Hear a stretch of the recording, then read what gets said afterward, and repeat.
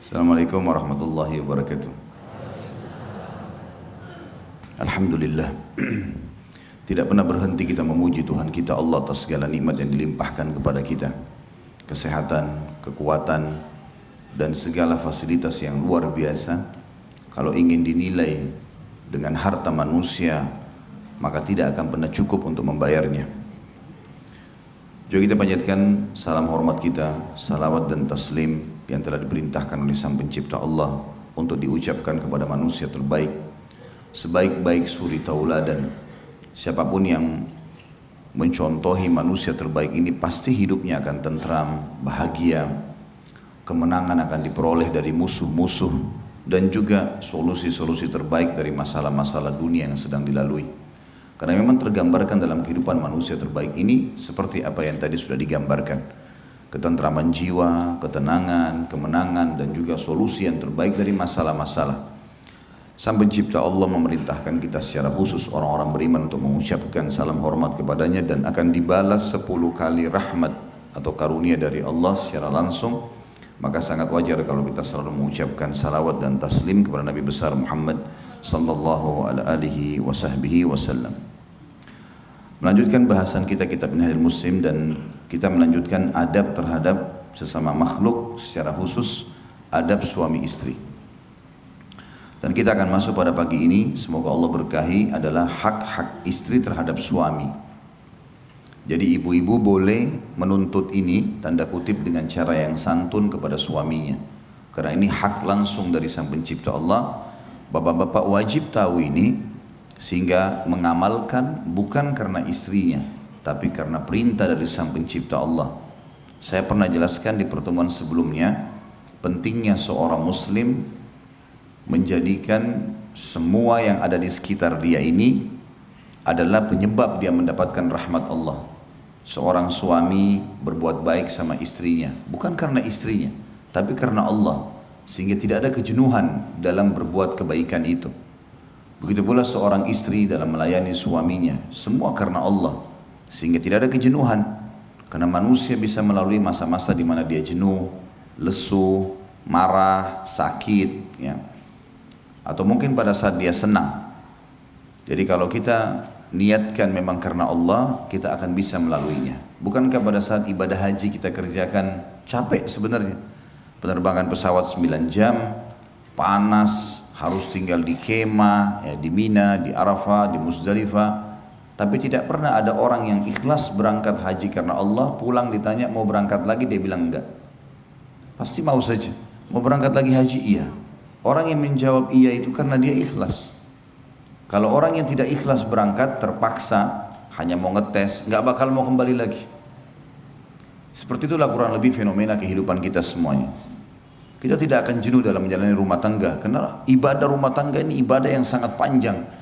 Semenjak akad nikah sampai kita meninggal, terus menerus kita lalui kehidupan itu. Maka butuh ilmu yang kuat, sehingga mendatangkan keimanan yang kuat, dan akhirnya pengorbanan atau cinta dan pengabdian juga maksimal. Kalau diniatkan karena Allah, semuanya kita akan tenang. Mau baru menikah sampai punya anak 10 pun tetap sama. Nggak ada bedanya. Orang mukmin tidak akan berubah. Bagaimana dia bermuamalah di hari pertama, di bulan pertama yang dikenal dengan bulan madunya, akan sama sampai dia meninggal dunia. Semua muamalah yang baik, santun, menasehati, meluruskan, berkorban, itu akan terjadi. Karena niatnya dari awal karena Allah. Tapi kalau karena disuruh oleh orang tua, karena kebetulan cuma punya rasa cenderung, ya. Apalagi yang bahaya itu orang kalau cenderung hanya karena fisik. Karena kapan fisik pasangannya berubah, udah mulai keriput, udah mulai ada ubannya, maka bisa berubah semuanya. Atau orang menikah hanya karena duit. Pada saat suaminya kaya, iya. Pada saat sudah bangkrut, ditinggal. Itu banyak terjadi. Atau maslahat-maslahat dunia yang lain. Maka tentu setelah target tercapai, dia akan selesai. Ini akan berbeda dengan orang yang mengikhlaskan niatnya karena Allah. Mau muda, mau tua, mau sehat, mau sakit, ini pasangan saya. Peluang untuk mendapatkan surga darinya, selesai. Gak ada kata-kata jenuh, gak ada bosan. Ummu Salamah radhiyallahu anha, istri Nabi SAW, orang yang sangat tua. Saking tuanya sudah nggak bisa layani Nabi SAW lagi biologis. Hibahkan malamnya buat Aisyah radhiyallahu anhum ajma'in. Jadi Nabi SAW bertahan. Bukan berarti karena sudah tua tidak bisa layani biologis selalu ditinggal. Udahlah nggak apa-apa. Ya, bisa nikah dengan yang lain. Siapa yang tidak suka dengan Nabi SAW. Tapi beliau menggambarkan rumah tangga itu. Bagaimana menjadikan pasangan ini adalah sebab kita mendapatkan derajat tinggi di surga. Hanya dengan senyum, hanya dengan bertutur kata yang santun, hanya dengan melayani, hanya dengan berkorban sedikit dengan uang, selesai. Dan ada ceramah saya di YouTube yang saya berikan judul Jalan Tol Menuju ke Surga. Itu rumah tangga. Makanya syaitan luar biasa ingin mengacaukan rumah tangga itu. Ada saja hal-hal yang dijadikan pemicu untuk kita ribut, untuk kita ya, tidak berinteraksi. Sebab senyum, sentuhan, biologis, bermesraan, pahala semuanya.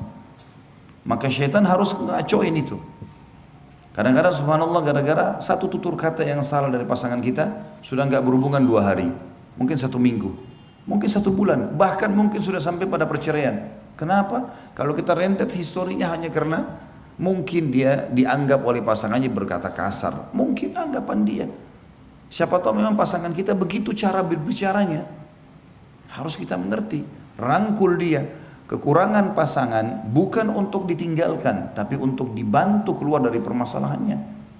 Nasihati, luruskan, rangkul. Dan kesuksesan seseorang dalam kehidupan bersosial, kalau dia sukses dalam rumah tangganya. Sehebat apapun seorang laki-laki di luar sana, namanya, wibawahnya, hartanya, tapi kalau kacau rumah tangganya, selesai urusan.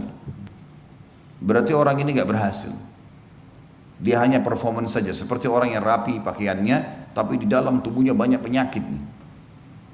Begitu pula seorang wanita, mau dikatakan wanita karir, kaya, cantik, terkenal namanya, lihat hubungannya sama suaminya. Kalau dia baik sama suaminya yang sudah tahu luar dalam tubuhnya, maka berarti dia memang betul-betul baik. Tolok ukur selalu di rumah tangga. Dan ini sudah dijadikan oleh para ulama gambaran umum bagaimana menilai seseorang itu baik atau tidak di rumah tangganya. Kata Nabi SAW,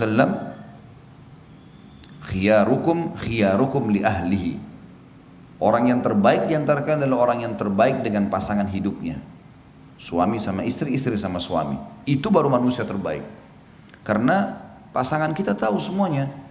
Kita bangun tidur, biasanya orang masih emosional, biasanya orang masih lesu, biasanya orang masih berantakan. Pasangan kita tahu tuh. Mungkin tidak semua orang tahu. Pada saat kita lagi hadapin masalah atau pada saat kita sakit, yang melayani adalah pasangan kita. Pada saat kita lapar, pada saat kita lagi makan, yang senantiasa menemani makan adalah pasangan kita. Dan seterusnya. Makanya Allah Subhanahu wa taala menyebutkan istri dan suami ini libas dalam Al-Qur'an. A'udzubillahi minasyaitonirrajim, antum libasul lahun, hunna libasul lakum wa antum libasul lahun. Mereka para istri itu adalah pakaian kalian dan kalian juga adalah pakaian buat istri kalian. Apa kata ulama tafsir? Pakaian fungsinya untuk apa teman-teman sekalian? Menutup badan. Apa lagi? Memperindah, ya, menutup aib-aib kita. Itu pasangan suami istri. Jadi kalau ada suami istri yang saling membongkar aib ini, tidak layak jadi pasangan ini. Dia harus tahu titik luka di badan kita pun yang tahu istri kita, yang tahu suami kita. Orang lain nggak ada yang tahu. Gitu kan? Bahkan terkadang ada orang-orang yang luar biasa kalau memahami poin ini, bukan cuma hal-hal yang kecil hanya sekedar titik di badan. Ada seseorang mungkin yang bersedia untuk khidmah dengan pasangannya. Seorang dosen kami di Madinah, Dr. Saleh Suhaimi, semoga Allah jaga beliau. Salah satu staf pengajar di Masjid Nabawi, kebetulan salah satu istri beliau adalah orang kita dan pernah belajar dengan saya, seorang akhwat. Waktu beliau minta dicarikan jodoh, saya sampaikan ternyata ada yang mendaftar dan akhirnya jadi istrinya. Masya Allah sekarang sudah sampai 15 tahunan, sudah punya anak dan sudah warga negara sana kalau saya tidak salah di Madinah. Yang jelas beliau sempat cerita sama saya, karena beliau matanya buta gitu. Ini saya cerita karena kebaikan ya, untuk menjadi ibrah dan pelajaran buat kita. Jadi beliau cerita sama saya dan saya memang terharu dan kagum dengan itu ya. Beliau mengatakan karena matanya buta, saya pernah masuk ke WC, kamar mandi, lagi buang hajat, dia bilang. Karena beliau buta, beliau tidak lihat. Dia bilang, saya merasa seperti ada orang di kamar mandi. Saya tanya, siapa kamu? Ditanya, apa kamu? Ditanya nama istrinya, saya nggak usah sebutin. Lalu kemudian istri mengatakan, iya. Kata Syekh, jangan di sini, di luar saja, saya lagi buang air, baunya nggak enak. Apa kata perempuan itu? Kata Syekhnya, ini gara-gara kata-kata ini saya makin menghormati dia, saya makin mencintai dia. Dia bilang, sudah tradisi suku kami di Indonesia, itu kalau suami buang air besar dibersihin. Dia yang bersihin. Kata Syekhnya, saya berterima kasih luar biasa dengan kalimat itu, tapi biarkan saya bersihkan diri saya sendiri. Setelah dia bersihkan, Syekhnya keluar lalu berbicara mengatakan, saya belum pernah menemukan ada istri, walaupun beliau poligami, yang memiliki niat seperti kamu. Luar biasa kebaikannya. Jadi ada orang sampai pada tingkat khidmah pada pasangan itu, udah melampaui rata-rata yang apa yang dibayangkan oleh umumnya orang, atau bahkan tidak dibayangkan. Jadi memang pasangan suami istri itu adalah hal yang luar biasa.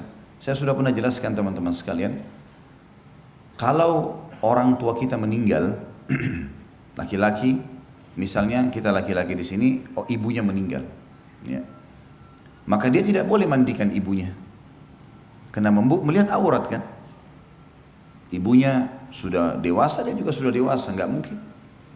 Yang boleh mandikan sesama jenis, anak perempuannya. Kalau ayah kita bebas, kita boleh mandikan, laki-laki sama laki-laki. Yang boleh mandikan perempuan. Sekarang balik juga, akhwat kita, ummahat kita di sini tidak bisa memandikan jenazah ayahnya, karena melihat aurat. Perhatikan di sini, suami istri boleh. Sesuai dengan sabda Nabi SAW kepada Aisyah, wahai Aisyah, kalau seandainya kau meninggal duluan, aku akan memandikan dan mengurus jenazahmu. Karena sudah bebas untuk melihat aurat. Kita tahu juga anak-anak kita kalau sudah sinnut tamyiz, umur 10 tahun, nggak boleh lagi kita mandiin. Laki-laki sini nggak boleh mandiin anak perempuannya atau lihat badannya walaupun belum balik. Ibu-ibu juga begitu kepada anak laki-lakinya, 10 tahun sudah nggak boleh. Dan umumnya Allah sudah buat mereka punya rasa malu. Biasanya kalau kita mau lihat, enggak, dia nggak mau tutup pintu segala macam, itu bagus, positif, nggak ada masalah. Tapi yang kita ingin titik beratkan adalah suami istri berlaku pada mereka segala sesuatunya. Yang selama ini badan kita selalu kalau masuk kamar mandi tutup, yang selama ini kita kalau mau keluar selalu tutup dengan kain, mereka bisa mengetahuinya atau pasangan kita bisa mengetahui. Jadi perlu difahami poin ini teman-teman sekalian. Ya. Rumah tangga itu adalah Allah memang menjadikannya sebagai tanda kutip pabrik manusia, dan saatnya di situ kita melampiaskan syahwat kita yang halal dan menikmati semua jenis kalimat, kata-kata, semua tatapan mata, semua ucapan, semua sentuhan bibir, semua sentuhan tangan, segala sesuatu. Maka harusnya kita faham poin ini. Pasangan kita diberikan hak oleh Sang Pencipta Allah dan kita harus penuhi. Kita sekarang bicara tentang haknya istri. Laki-laki di sini harus faham dan berikan itu karena Allah. Ibu-ibu juga bisa menuntut karena Allah tuntutannya, tentu dengan cara yang baik. Yang pertama adalah disebutkan oleh Syekh Abu Bakar rahimahullah, diperlakukan secara patut. Yang dimaksud secara patut adalah sebaik mungkin, semaksimal mungkin. Seorang suami bertutur kata yang baik, memerintah dengan cara baik, mengingatkan dengan cara baik. Boleh tegas, tidak boleh keras. Boleh tegas, saya nggak suka ini, jangan diulangin. Tapi nggak boleh keras. Keras itu mencaci maki, ya, memukul, itu nggak ada dalam Islam sama sekali. Orang mukmin tidak akan melakukan itu. Nggak ada laki-laki mukmin itu main tampar, main tonjok, main tendang, itu semua manusia dari mana ini? Ya? Dari hutan rimba kali masuk, ya. Dari mana ini? Tonjok-tonjokan dengan istri. Bukan istri lawan antum itu. Hah? Itu lakukan di sana di kancah peperangan. Musuh saja kalau sudah menyerang nggak boleh ditonjok, ditawan, apalagi istri. Ya. Baik lisannya fokus dengan pasangannya. Seperti di Saudi kita kalau keluar semua perempuan berhijab. Tidak ada sesuatu yang membuat orang akhirnya terfikir, oh ini lebih baik daripada istri saya. Kan gitu. Begitu juga wanita berhijab, maka mereka menjaga diri mereka, enggak sibuk melihat orang-orang. Ya. Walaupun kalau ada interaksi yang tidak bisa kita hindari kayak di pasar, kayak harus. Tapi biasanya yang bahaya tontonan, karena tontonan itu kan kita duduk siap menonton, kan itu. Akhirnya kejiwaan kita siap menerima, pikiran kita siap mencerna. Ini bahaya, bisa mengubah pola hidup, pola fikir, pola makan, berubah semua dengan tontonan ini. Maka bahaya sekali. Makanya ada orang kadang-kadang nuntut pasangannya melampaui batas. Kamu harus bisa menari seperti perempuan itu. Kamu harus bisa, laki-lakinya juga menyanyi seperti laki-laki itu. Ya susah lah. Ya. Apalagi lagu India, mana ngerti dia? Nggak bakal bisa itu. Maksa pasangan kita seperti orang India, gimana cara? Kita ini orang Melayu, orang Indonesia, beda alamnya, gitu kan? Orang Indianya aja belum tentu bisa ikuti artisnya kok. Apalagi kita mau ikut-ikutan ini. Dan memang aneh kalau kita ikut-ikutan seperti itu, karena itu memang alamnya mereka beda. Jadi tidak usah ya. Kita boleh tingkatkan skill. Setiap orang yang kita perlu membaca, menambah informasi bagaimana menjadi suami yang terbaik, bagaimana menjadi istri yang terbaik. Agama sudah perintahkan dandanan yang baik, pakai minyak wangi yang wangi, sisir rambut yang wangi, ya tutur kata yang santun, sudah cukup kok sebenarnya. Dan kata beliau, berdasarkan sabda Rasulullah SAW kepada orang yang bertanya, apa hak istri salah seorang dari kami terhadap suaminya? Yang mana beliau menyebutkan, antut'imaha idza ta'imta wa taksuha idza tasaita wa la tadribil wajha wa la tukabbih wa la tahjur illa fil bait. Hendaklah engkau memberinya makan jika engkau makan. Jadi ini makanan penting sekali. Penting sekali. Sampai subhanallah saya dengar ada beberapa ummahat kita enggak mau makan sampai suaminya pulang ke rumah. Ini satu penghargaan yang luar biasa gitu. Akhirnya suaminya juga jadi tahu dia enggak akan makan di luar. Dia makan sedikit pulang ke rumah tetap makan di rumah. Saya sampai sekarang punya kakak ipar di kota Makassar, Masya Allah. Dia menikah dengan kakak saya perempuan. Itu sampai sekarang dia sendiri bilang sama saya kalau di luar tidak makan, pulang ke rumah. Karena dia panggil nama kakak saya, dia bilang masak buat saya. Jadi sudah bertahun-tahun anaknya sudah sampai menikah, sudah ada cucunya malah. Tapi memang dia merasa makanan itu penting, punya pengaruh besar ya. Jadi ada orang subhanallah makan pikirin dirinya sendiri. Nah. Dan kalau suami pulang temani duduk makan. Istri sudah masak, teman-teman biar kenyang incipin makan sedikit. Duduk, puji makanan itu. Royal dengan pujian kepada pasangan penting. Puji, nggak apa-apa. Asal betul, tidak ada kedustaan. Gitu kan? Dalam arti kata sini pujiannya positif. Misal kita mengatakan makanannya Masya Allah masih hangat ya. Yang positifnya mana? Mungkin makanannya asin, tapi kita cari yang positifnya. Oh ini makanan hangat enak ya. Cocok kalau musim lagi udara begini. Ini pas sekali bumbunya atau apalah ya. Mungkin kalaupun ada kekurangan sedikit nanti lain kali dikurangin ininya ya. Dengan santun, dengan baik ya. Kan bisa semuanya nih. Asal mau saja masalahnya. Kita kadang-kadang tidak mau atau bahkan mungkin belum punya pengalaman, belum tahu akhirnya tidak melakukannya. Atau mungkin kedangkalan pemahaman terhadap hukum syar'i. Rasulullah SAW menyebutkan hak pertama bukan rumah, bukan transportasi, makanan. Berarti makanan punya pengaruh besar loh. Sampai saya pernah bilang di dalam pelatihan rumah tangga, saya bilang ibu-ibu kalau mau suaminya tenang di rumah, penuhi 3 hal. Tatapan matanya, perutnya dan kemaluannya. Karena memang wanita, laki-laki itu suka kalau dia pulang ke rumah semua sudah rapi, istrinya sudah wangi, tatapan mata. Dia akan rindu untuk cepat kembali ke rumah. Ya. Kalau setiap pulang ke rumah ngomong mulutnya Masya Allah baunya, ya. Dekat sedikit juga ketiaknya baunya Masya Allah. Ya. Larilah si suami. Dia berharap pulang kapan istri saya tidur nih, mudah-mudahan kalau saya pulang dia sudah tidur. Ya. Karena takut ketemu. Kadang-kadang ada perempuan gitu dinasihatin. Bagaimana cara bahasanya? Ini saya baru beliin odol baru ya. Nggak ngerti dia. Ini odol baru ini wangi gitu. Dia nggak ngerti. Oh iya dikasih pembantu. Atau dia taruh saja dia nggak pakai. Ini harus peka memahami masalah-masalah seperti ini. Sensitif sekali. Baiklah masalah makanan penting. Dan teman-teman kalau makan sesuatu di luar enak, laki-laki belikan istri. Bawa ke rumah. Ini tadi saya makan enak. Beliin. Oh saya sudah kenyang nggak apa-apa, yang penting kamu sudah tahu tadi saya makan ini. Kan dia merasa ada kontak batin karena makanan kita perhatian, begitu juga dengan istri. Beli makanan apapun, keluar sama teman-teman, lagi ke Bogor, lagi kemana, keluar sama keluarga, tentu ada mahramnya misalnya sama keluarga. Kemudian pulang bawa makanan khas. Tadi saya makan ini enak loh, ya. Bungkusin, buatin buat suami misalnya, itu penting. Memberinya pakaian jika engkau berpakaian, ini yang tadi saya bilang berimbang di antara keduanya. Berimbang ya. Pakaian-pakaian dipakai semuanya bagus, santun, baik ya. Dan boleh kita menikmati pakaian ya, tidak ada masalah.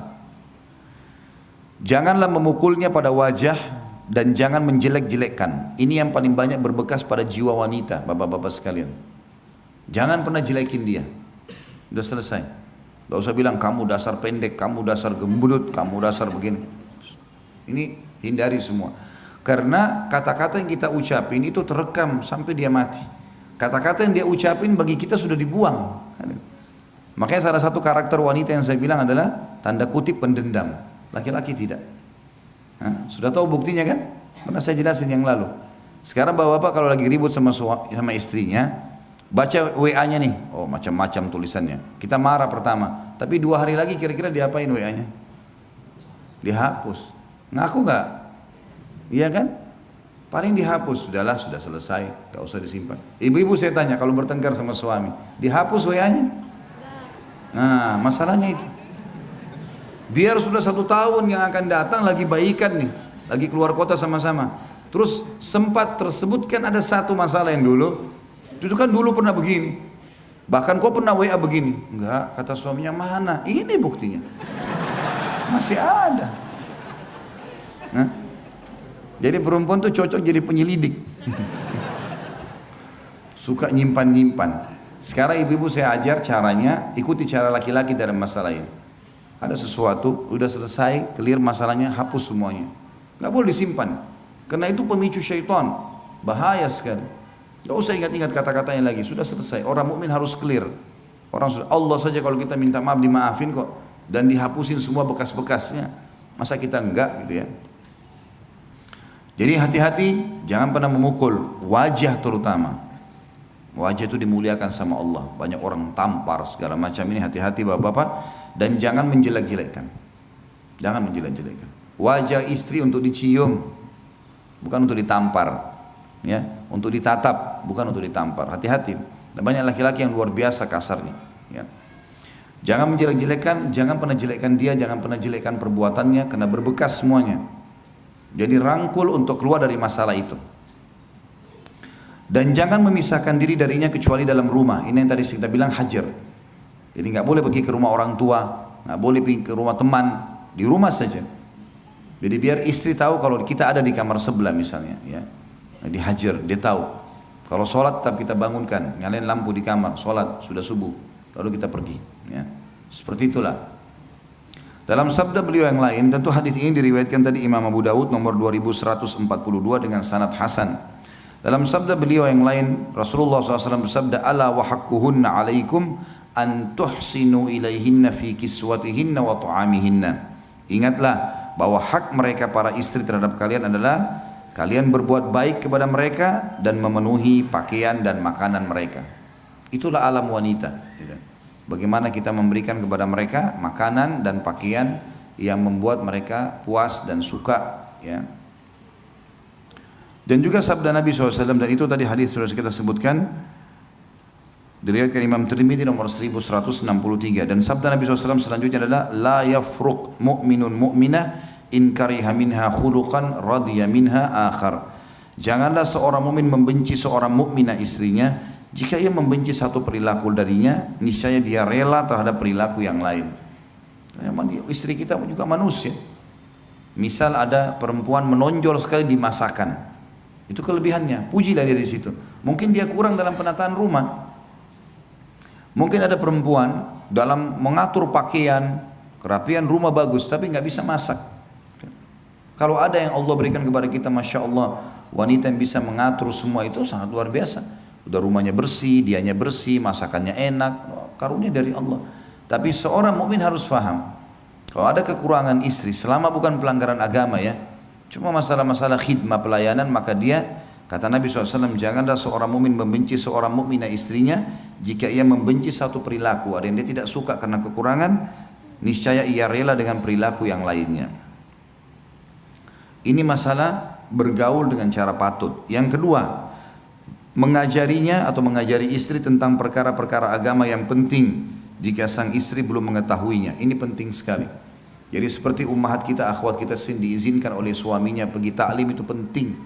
Bapak-bapak jangan larang suami istrinya pergi belajar agama. Jangan larang.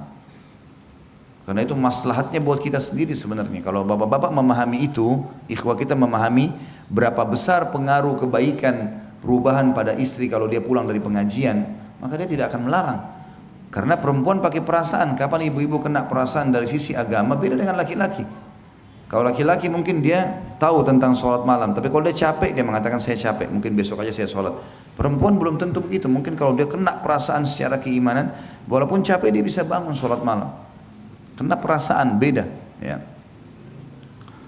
Di sini kita harus mengajarkan dan membiarkan mereka mendalami agama yang dalam, ya, baik itu dengan cara hadir di pengajian atau kita memberikan fasilitas yang lengkap.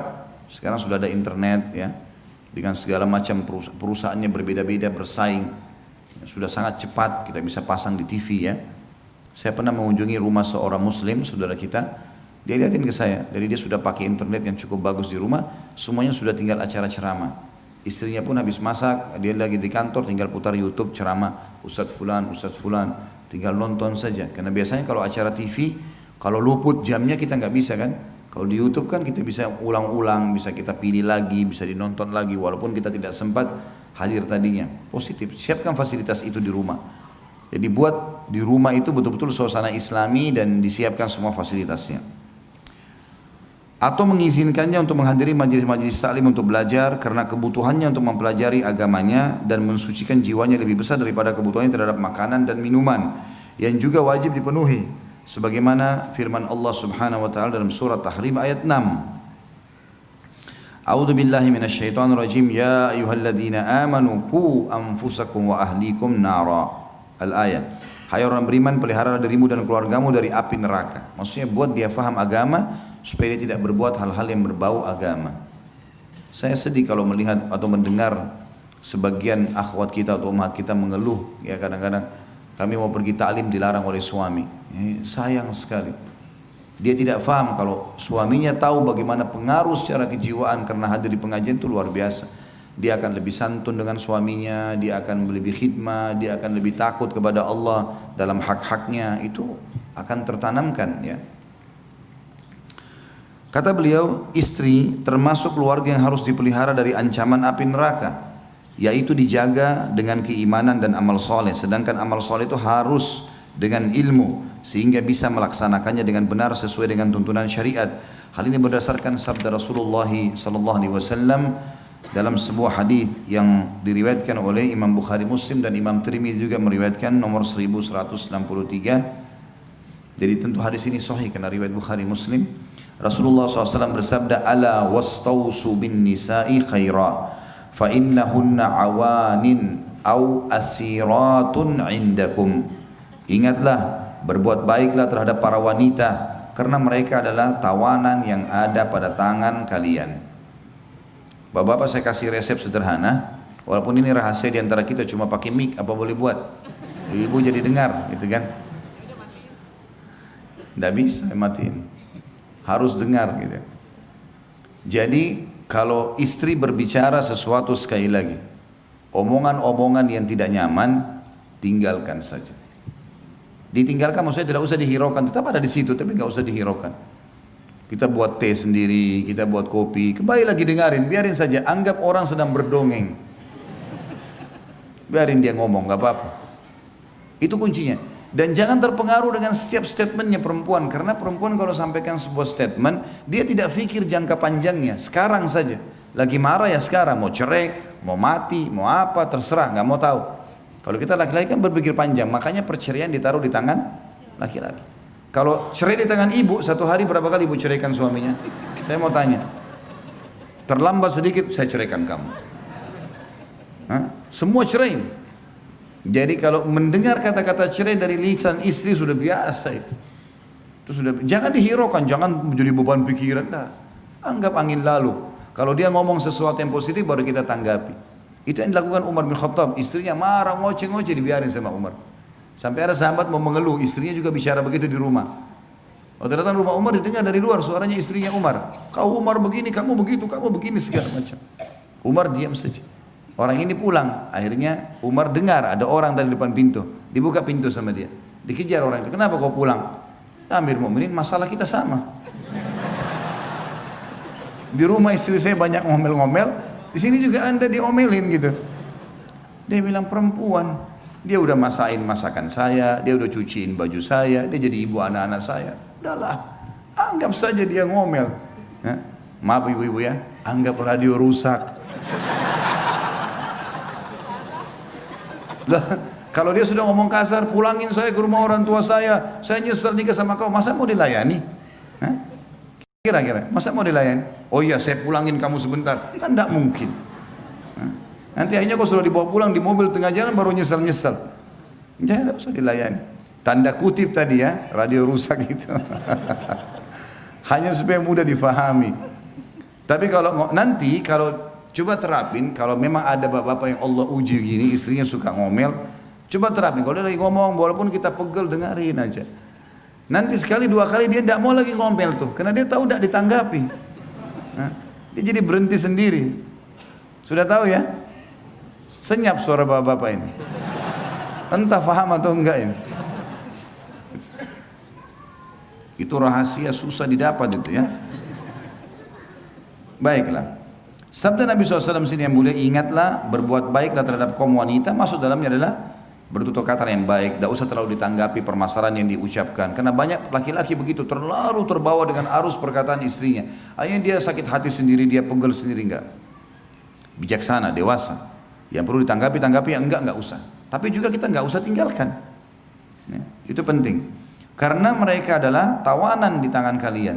Dari rumah ayahnya kita ambil dengan kalimat akad, dipindahin ke rumah kita. Dia yang masain, dia yang bersihin rumah, dia yang jadi ibu anak-anak. Ngapain harus dimarah-marahin? Enggak perlu. Udah biarin aja. Di antaranya adalah dengan mengajarkan hal yang bisa memperbaiki sikapnya dalam beragama dan mendidiknya dengan didikan yang membuatnya bisa istiqamah yang baik. Yang ketiga, mendidiknya untuk menjalankan ajaran-ajaran dan adab-adab Islam serta menghukumnya bila menyelisihinya, yaitu melarangnya bepergian sendirian atau menampakkan wajahnya. Ini tentu bagian pendapat mengatakan wajibnya cadar dan bertabarruj atau bersolek dan berbaur dengan laki-laki yang bukan mahramnya. Jadi dia suami di sini harus punya rasa cemburu kalau istrinya melakukan perbuatan yang salah. Ya. Jadi ini penting sekali. Perempuan itu suka kalau kita seperti mencemburui dia, ya. Kalau laki-laki terbalik. Ibu-ibu harus tahu laki-laki tidak suka dicemburui, ya. Dia suka kalau ditaati, dipatuhi, iya, dicemburui enggak. Jadi ini fitrah yang ada ya. Allahu alam kalau ada yang keluar dari fitrahnya. Nah, kita nggak tahu nih. Kalau ada laki-laki sini suka kalau suami istri cemburu, ini masalah buat dia, ya, masalah. Karena umumnya tidak suka, ya. Perhatian ekstra juga itu tidak perlu. Kita menjalankan tugas dan kewajiban. Tidak usah terlalu banyak telepon ke suami. Suami juga tidak usah terlalu, jangan juga tidak telepon sama sekali. Imbangi. Ya. Ada hal-hal yang perlu, keperluan mendesak, direspon dengan cepat seperti itulah. Dan kalau dia melanggar agama di sini harus dihukum. Hukum ada arti kata dia harus diingatkan. Ya. Di samping itu hendaknya memberikan perlindungan dan pengayoman yang cukup sehingga tidak membiarkannya merusak akhlak atau agama dan tidak membiarkan sarana untuk berbuat fasik terhadap perintah-perintah Allah dan Rasulnya atau berbuat jahat. Karena suami adalah penanggung jawab istrinya, berkewajiban menjaga dan memeliharanya sebagaimana firman Allah di dalam surah An-Nisa ayat 34, A'udzubillahi minasyaitonirrajim, ar-rijalu qawwamuna 'alan nisa. Kaum laki-laki adalah pemimpin bagi kaum wanita. Juga dalam hadis Bukhari Muslim, Imam Bukhari nomor 893, Imam Muslim 1829, Rasulullah SAW bersabda, "War-rajulu ra'in fi ahlihi wa huwa mas'ulun ar-ra'iyyati." Laki-laki adalah pemimpin bagi keluarganya dan akan diminta pertanggungjawabannya terhadap keluarga yang dipimpinnya. Jadi kita bertanggung jawab terhadap pelanggaran-pelanggaran istri juga. Jadi kalau ada istri tidak pakai hijab, dia tidak sholat, suaminya bertanggung jawab itu. Beda kalau sebaliknya ya. Kalau suami melanggar ya, agama, tugas istri mengingatkan, tapi bukan kewajiban dia seperti kewajiban suami terhadap istri. Karena posisi suami pada istri sama dengan posisi orang tua pada anak. Salah anaknya maka dia bertanggung jawab, salah istri dia bertanggung jawab. Ya, dan tidak terjadi hal yang sama bagi perempuan. Jadi misalnya kalau suaminya melakukan hal yang salah di luar sana, dia dengar, dia nasihat, dia boleh nasihat, tapi dia tidak tanggung jawab. Karena dia tidak punya kewajiban perempuan mengawasi suaminya lagi buat apa di luar. Tapi istri harus suaminya mengawasi, lagi ngapain di rumah, kerja apa, ketemu sama siapa, tamu siapa yang datang, harus dengan izinnya semua. Ya. Yang keempat, bersikap adil bila dia poligami tentunya terhadap para istri jika memang dimadu, yaitu adil dalam memberi makanan dan minuman, pakaian, tempat tinggal dan juga giliran, ya. Tentu di sini termasuk dalam adil kalau istri pertama memiliki misalnya 2 anak, istri kedua misalnya baru nikah, belum punya anak, maka tentu beda dari sisi nafkah dan makanan. Dan ada anak-anak, gitu kan. Kalau mau lebih adil lagi, maka setiap istri diberikan hak yang sama. Kemudian nanti anak-anak diberikan hitungan sendiri. Maka itu jauh lebih tenang, ya, lebih baik. Memberi makan dan minum, pakaian, tempat tinggal. Dan kalau seorang suami berpoligami, dia berikan istrinya yang satu baju, misalnya ada pesanan harga 200.000 misalnya. Kita tahu yang istri yang lain tidak butuh baju itu, maka kita kasih nilainya. Tetap harus adil, nggak boleh tidak. 200.000 sini, 200.000 kasih ke sana. Buat penilaian, ya, yang harus ada, tidak boleh tidak. Walaupun istri kita tidak harus tahu dalam masalah poligami itu. Misalnya, ini tadi saya beliin baju dia, gitu kan, 200.000. Kamu kan tidak butuh, saya kasih duitnya. Nggak usah dibahasakan itu. Karena kalau dibahasakan nanti dia akan bertanya panjang. Bajunya seperti apa, warnanya apa, ya. Nggak perlu. Kita sudah tahu, tulis di laptop atau di data kita pribadi di handphone kalau istri ini punya hak 200.000, hak 1 juta. Karena yang ini kita kasih. Kecuali hal-hal yang di luar udzur, di luar hak-hak ini, yang misalnya udzur syar'i. Kalau si perempuan sakit misalnya, istri pertama sakit, masuk rumah sakit, diopname, bayar 5 juta. Enggak mungkin kita kasih 5 juta ke istri kedua yang sehat. Enggak, kalau dia sakit nanti kita biayain. Ini keluar dari udzur lain. Nah, kalau sakit, tapi kalau yang lain enggak boleh. Harus adil. Catat per rupiahnya. Karena Allah akan hisab itu. Hati-hati. Nggak ada hubungannya sama sekali. Saya punya catatan di laptop saya, semuanya lengkap. Ini lebih sekian, saya kasih yang ini. Nilai, nggak bisa sama sekali. Kalau salah ini hubungannya sama langit. Bukan sama mereka-mereka ini. Perempuan gampang kalau mau dikelabui. Bisa saja orang bohong. Tapi sama Allah nggak bisa. Hati-hati. Allah bisa tarik fasilitas yang Allah berikan kepada kita justru karena kita melanggar hukum dengannya. Jadi jangan main-main soal ini. Harus di sini adil. Karena poin keempat bicara masalah itu, ya. Dalam masalah giliran adalah mabit, hak mabit, dan ini tergantung bagaimana seseorang itu bernegosiasi kalau mabit. Nah, mabit masih bisa negosiasi. Misal saya datang 3 hari sekali atau saya bagi setiap hari satu. Normalnya sehari masing-masing. Kalau tidak, misalnya karena kesibukan atau beda kota, maka bisa negosiasi. Saya bisa datang waktunya sekian kali. Kalau dia mengatakan baiklah nggak masalah, si istri bertanazul namanya, ya, memberikan haknya, tidak apa-apa datang misalnya seminggu sekali atau 2 minggu sekali atau 3, itu nggak ada masalah. Tergantung kesepakatan. Kalau itu disepakati khusus untuk masalah mabit. Tapi kalau nafkah nggak boleh sama sekali. Dari sisi harta tadi harus sama. Dikatakan tidak berat sebelah dalam hal-hal tersebut atau curang ataupun aniaya. Karena Allah yang Maha Suci dan Maha Tinggi telah mengharamkannya. Sebagaimana firman-Nya dalam surah An-Nisa ayat 3, A'udzu billahi minasyaitonir rajim, fa in khiftum alla ta'dilu fawahidatan aw ma malakat aymanukum. Kemudian jika kalian takut tidak dapat berlaku adil, maka kawinilah seorang saja atau budak-budak yang kalian miliki. Maksudnya harta rampasan perang kalau ada, kalau kita tidak bisa nikahi orang-orang yang bebas, maka nikahilah tawanan-tawanan perang itu dan diajak masuk Islam, ya. Seperti itulah yang dimaksud, supaya biasanya sisi maharnya lebih murah, pola hidup lebih sederhana karena dia ingin diselamatkan dari keterbudakan itu. Rasulullah SAW telah berwasiat untuk berbuat baik terhadap istri sebagaimana sabda beliau di dalam hadis At-Tabarani dengan isnad hasan, riwayat Tirmidzi 3895, khairukum li ahlihi wa ana khairukum li ahli. Sebaik-baik kalian adalah orang yang paling baik terhadap istrinya. Ini tolok ukur suksesnya seorang laki-laki. Setinggi apapun jabatan dia, ya, sebanyak apapun titelnya, setampan apapun dia, lihat hubungannya sama istrinya. Baik sama istrinya, tanya istrinya baik gak suami? Kalau baik dia bilang ya sudah, gitu kan. Dan kata Nabi SAW, aku adalah orang yang paling baik di antara kalian terhadap istrinya. Artinya contohi aku dalam bermuamalah, maka kalian akan dapat yang terbaik. Karena kita kalau contohi orang yang baik, kita akan, apa akibat buat dia akan kena akibat buat kita. Kita kalau contohi orang buruk, apa akibat buat dia, akibat buat kita juga, ya.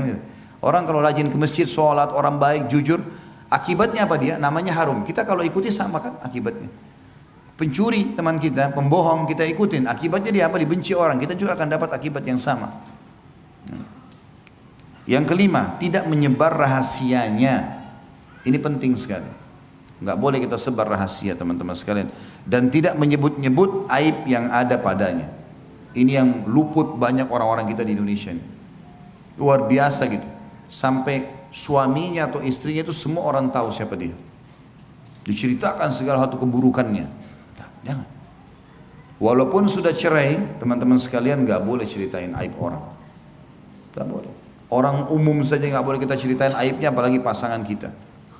Jangan. Ada orang dia jengkel karena salah satu perilaku atau dia tidak cocok, kemudian dia sebarkan sana sini. Itu tidak boleh. Tidak menyebarkan rahasianya dan tidak menyebut-nyebut aib yang ada padanya. Karena suami adalah kepercayaannya dan yang dituntut untuk menjaga dan melindunginya. Hal ini berdasarkan sabda Rasulullah SAW, Inna min asyarrin nasi indallahi manzilatan yawmal qiyamah ar-rajulu yufdi ila imra'atihi wa tufdi ilaihi thumma yanshuru sirraha. Hadis ini hadis sahih riwayat Imam Muslim 1437. Sesungguhnya seburuk-buruk kedudukan manusia di sisi Allah pada hari kiamat adalah laki-laki yang menggauli istrinya dan istrinya pun yang menggauli suaminya, lalu suaminya menyebarkan rahasianya. Riwayat lain, lalu keduanya menyebarkan rahasia pasangannya. Terutama dalam masalah biologis, nggak boleh cerita. Udah selesai. Allah kasih kelebihan pasangan kita, udah selesai. Jangan cerita. Bapak-bapak sini jangan, Allah kasih istri yang Masya Allah memenuhi semua kebutuhan biologis, apa yang dia harapkan semua terpenuhi, dia puas. Jangan cerita sama teman, sama sekali. Walaupun itu kita menganggap nikmat. Tuh istri saya Allah karunia begini, saya dikasih begini, saya. Kalau di antara 3 orang teman kita laki-laki istrinya tidak begitu, apa yang muncul di benaknya? Mengganggu istri kita nanti. Bahkan itu banyak terbuka pintu-pintu perselingkuhan karena dia telepon istri kita atau dia WA. Dan dia menggunakan bahasa-bahasa yang diajarkan oleh syaitan untuk menunggangi kelebihan itu yang kita sudah ceritakan. Istri kita kan heran kok bisa dia tahu ya. Tapi dia bukan mengatakan dari suami, dia punya retorika syaitan yang membuat seakan-akan itu kelebihan yang dia harapkan dari wanita lain atau apalah. Terbuka masalah-masalah baru. Nggak boleh. Ibu-ibu juga begitu. Allah kasih suami yang Masya Allah puasin secara biologis, ibu merasa cukup segala macam. Maka jangan ceritain ke perempuan lain. Kalau ibu ceritain ke teman-temannya, suami saya itu begini, suami saya begini. Kalau suami mereka tidak begitu, akan terjadi hal yang sama. Dia akan ganggu suaminya ibu. Dan dia akan menggunakan tadi sama kalimat-kalimat syaitaniyah. Seakan-akan dia berharap laki-laki seperti ini, seperti itu. Padahal itu ada pada diri kita. Akhirnya nanti kita terpengaruh. Kan itu. Jadi masalah. Makanya kata Nabi SAW di sini, sesungguhnya seburuk-buruk kedudukan manusia di sisi Allah, Allah benci sekali, adalah pada hari kiamat nanti. Laki-laki yang sudah menggauli istrinya dan istrinya pun menggaulinya juga sama saling memuaskan, lalu suaminya menyebar rahasia itu atau dalam riwayat lain keduanya menyebarkan rahasia itu. Kita sekarang masuk ke hak suami ya. Tadi itu adalah hak istri, sekarang berimbang kita bahas hak suami. Ini bapak-bapak bisa tuntut dari istrinya dengan cara santun. Ibu-ibu juga harus tahu supaya menjalankannya. Istri berkewajiban kata beliau terhadap suaminya, yaitu dengan melaksanakan kewajiban-kewajiban dan adab-adab berikut. Yang pertama, menaatinya dalam hal-hal selain kemaksiatan terhadap Allah ya. Sebagaimana Allah Maha Suci dan Maha Tinggi telah berfirman dalam surah An-Nisa ayat 34, A'udzubillahi minasyaitonirrajim, fa in ata'nakum fala tabghu 'alaihinna sabila. Kemudian jika mereka mentaatimu maka janganlah kamu mencari-cari jalan untuk menyusahkannya. Artinya wanita disuruh taat di sini. Temani saya keluar baik, buatin saya makanan baik. Semuanya karena Allah perintahkan, bukan karena suami. Dan apa susahnya ibu-ibu sekalian? Saya tanya, hanya buat makanan, hanya hibur suami ya dengan kata-kata yang baik, beban pikirannya diringankan, kemudian mati masuk surga. Apa susahnya? Enggak ada susahnya tuh, mudah sekali. Ya, syaitan saja yang kadang-kadang membuat syaitan jin dan manusia. Nah, di antara manusia juga ada syaitan, ya. Mereka berpikir seperti syaitan, cemburu melihat rumah tangga kita misalnya.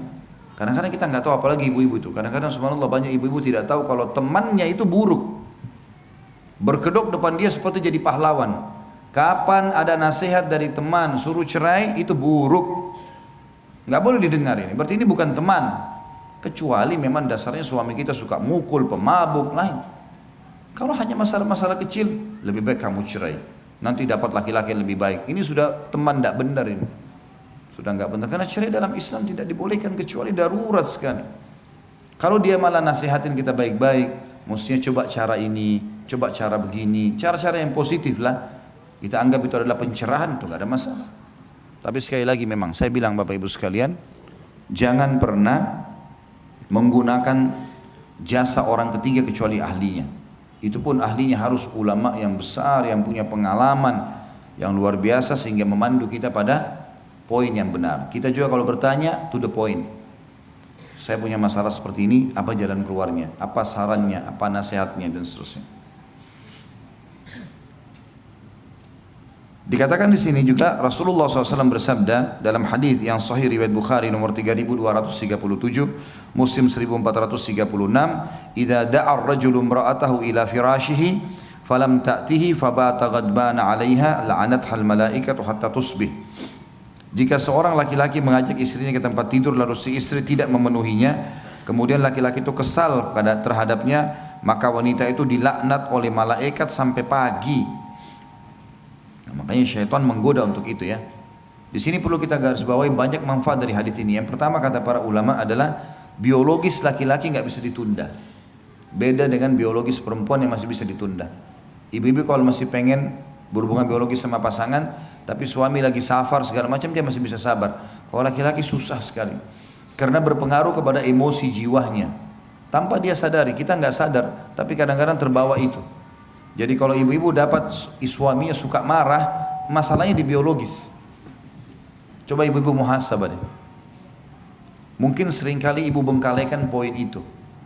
Tidak ada laki-laki subhanallah menumpahkan sperma lalu emosi, gak ada. Hah? Pada saat dia klimaks, dia tumpahkan spermanya, itu ketenangan jiwa dia dapatkan. Makanya ya seperti dia sedang mendapatkan sebuah kebahagiaan yang luar biasa. Umumnya laki-laki kalau setelah klimaks pasti ngantuk dan tidur. Beda dengan ibu-ibu. Ibu-ibu kan menerima sperma. Sperma itu komposisinya kata sebagian ulama ada komponen ada komponen apinya, panas. Jadi kalau ibu-ibu terima sperma biasanya tambah semangat bicara. Nah, jadi kalau ibu lihat suaminya habis klimaks tidur, itu memang normal dia. Jangan ibu bilang, ya sudah tidur. Saya mau tidur nggak bisa. Memang ibu nggak bisa tidur, nggak bakal bisa tidur. Coba alihkan ke yang lain, nyapu, ngepel, masak. Nah itu baru bisa. Karena nggak bisa memang. Jadi yang tadinya buat suaminya bergelora itu pindah ke dia. Bayangin aja. Maka memang begitu, dia akan jadi semangat 45 di sini. Untuk bekerja, untuk segala macam. Ini yang pelajaran pertama dikatakan para ulama tentang masalah biologis di sini. Kenapa perempuan sampai dilaknat kalau tidak layani biologis suaminya? Apa sebabnya? Karena suami itu akan berinteraksi dengan alam luar. Kalau ini bermasalah dan dia tidak imannya kurang, dia bisa berzina. Terjadilah kerusakan di muka bumi. Nanti ibu-ibu istrinya baru marah pada saat tahu suaminya selingkuh. Padahal sebenarnya permasalahan di rumah. Nggak ada orang yang kenyang itu masih mau makan. Susah sekali. Kecuali darurat mungkin ada hal yang itu. Tapi kalau umumnya enggak bakalan. Itu kan intinya. Makanya Rasulullah SAW di sini ya menekankan sekali laknat Allah, laknat malaikat datang kepada istri yang diajak tidak mau. Kadang-kadang mungkin karena jual mahal. Beda kalau ibu sakit ya. Ibu sakit ada udzur syar'i beda. Tapi kalau enggak boleh nolak. Ya. Ini pelajaran pertama dari hadis bahwasanya biologis laki-laki beda dengan biologis perempuan. Makanya tidak boleh ditunda laki-laki, perempuan masih bisa. Gitu kan? Bahkan perempuan kalau tidak dipicu, tidak ada pemicu, tidak ada rangsangan, tidak akan berhubungan biologis, biasa saja. Kalau laki-laki enggak, lihat sesuatu pun sudah cukup untuk memicu biologisnya. Makanya dia harus terlampiaskan. Ini pelajaran pertama. Pelajaran yang kedua diambil di sini adalah cara menghadapi kaum laki-laki dan cara menghadapi kaum perempuan. Menghadapi kaum laki-laki di sini, ibu-ibu sekalian, itu dengan biologisnya. Biologis itu penting sekali dan harus sensitif. Jaga bau mulut, jaga bau badan, jaga warna pakaian, ya, penampilan, harus semua dijaga, tidak bisa tidak. Jangan pernah bapak-bapak pulang rumah, kemudian mau biologi sama istri, tidak mandi, maaf, tidak membersihkan kemaluan, tidak cebok segala macam, tiba-tiba langsung main, mau dekatin istri. Mungkin istrinya sudah mandi, bersih dan seterusnya. Ya. Perempuan juga begitu, ibu-ibu jangan berpikir akan didekati oleh suami kalau memang dasarnya ada bau, sensitif sekali. Bau mulut, bau badan, kenapa sih nggak pakai minyak wangi, kenapa nggak kumur-kumur dengan mouthwash, ada banyak, sikat gigi sebentar berapa, 1 menit paling gitu kan. Semprot minyak wangi, sesuatu yang disuka oleh pasangan kita, pakai baju yang paling bagus ya. Kadang-kadang subhanallah ada orang menganggap rancu dengan istri atau suami menggunakan baju-baju khusus buat mereka di rumah. Ini keliru. Apa yang membuat pelacur, mohon maaf, punya nilai jual? Ibu-ibu saya tanya, apa yang membuat pelacur punya nilai jual? Penampilan, pakaian, kan itu, wangi. Coba kalau seandainya dia pakai daster di tempat perzinahan, kira-kira ada yang mau bayar dia? Enggak kan? Nah, semestinya setiap istri begitu di rumah, bukan kita contohnya pelacur, tidak.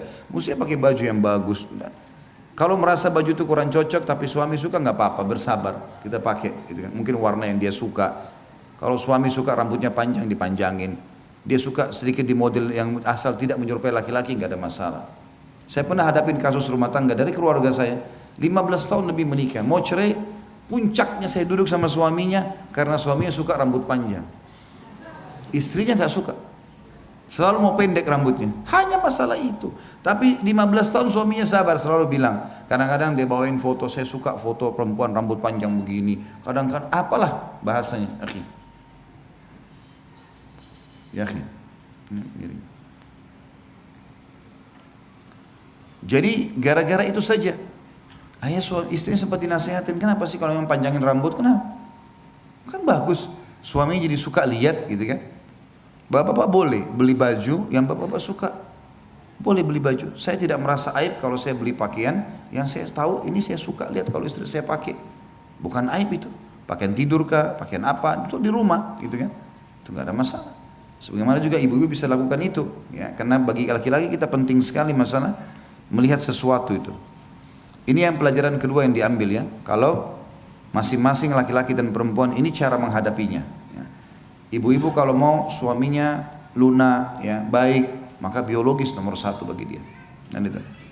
Dan perempuan juga harus tahu dari sisi lain, kalau suaminya membutuhkan itu, melihat, ya, dilayani segala macam. Laki-laki juga harus tahu, untuk membuat supaya istrinya mau melayani biologis, dia penuhi semua tadi hak-haknya. Ibu-ibu sekarang kalau dikasih baju baru, dikasih sepatu baru, tas baru, gembira nggak kira-kira? Gembira, nanti akhirnya bisa melayani biologis suaminya kan. Kalau suami nggak pernah bawa hadiah sama sekali di rumah, nggak pernah beliin baju, nggak pernah bawain hadiah apa, nggak pernah buat kejutan. Perempuan tuh suka dibuat kejutan loh. Nah bapak-bapak, nggak ada yang ngantuk kalau saya bahas masalah ini ya. Kalau kita laki-laki nggak suka kejutan, malah kadang-kadang sempat marah, ibu-ibu jangan buat kejutan buat suami. Masak boleh lah, dia suka sesuatu mungkin. Tapi buat kejutan apa gitu kan, mungkin biasa saja. Kalau perempuan suka dengan kejutan, bapak buat kejutan sesuatu apa ya, yang membuat akhirnya dia gembira. Sehingga biologis bisa terpenuhi karena berhubungan dengan masalah perasaan. Juga ada sabda lainnya, beliau SAW bersabda dalam hadis yang sahih diriwayatkan Abu Daud nomor 2140, Al-Hakim meriwayatkan nomor 206 dan disahihkan oleh Tirmidzi di nomor 1159. Rasulullah SAW bersabda, "Lau kuntu amiran ahadan an yasjuda li ahadin la amartul mar'ata an tasjuda li zawjiha." Jadi hadis ini ada sebabnya sebenarnya ya. Pada saat Muadz bin Jabal radhiyallahu anhu kembali dari Yaman ke Madinah, tiba-tiba beliau sujud di bawah kaki Nabi SAW. Lalu kata Nabi SAW, "Apa ini Muadz? Berdirilah." Kata Muadz radhiyallahu anhu, "Ya Rasulullah, saya di Yaman melihat kalau orang-orang menghormati pimpinan mereka, maka mereka sujud di kakinya. Dan saya anggap anda orang paling layak untuk saya sujudi. Maka saya sujud kepada anda." Kata Nabi SAW, "Tidak. Hai Mu'adz, seandainya," ini lanjutan, ini hadisnya saksi bahasan ditulis ya, tapi saya awali dari awal kisahnya. "Seandainya aku dibolehkan memerintahkan seseorang bersujud kepada orang lain, pasti aku perintahkan wanita sujud kepada suaminya." Perhatikan ya, tidak ada hadis ini bu, yang berbunyi saya akan suruh anak sujud pada orang tuanya. Nggak ada loh. Saking besarnya hak suami. Nggak ada hadis yang mengatakan saya akan suruh anak-anak sujud kepada orang tuanya. Padahal orang tua luar biasa kedudukannya. Bahkan ulama mengatakan tidak dibolehkan sama sekali. Tapi Nabi berikan perumpamaan kalau boleh sujud selain Allah, saya suruh istri sujud pada suaminya. Ada juga seorang wanita datang kepada Nabi SAW mengatakan, ya Rasulullah, dalam hadis sahih, saya mau menikah, orang ini belum menikah.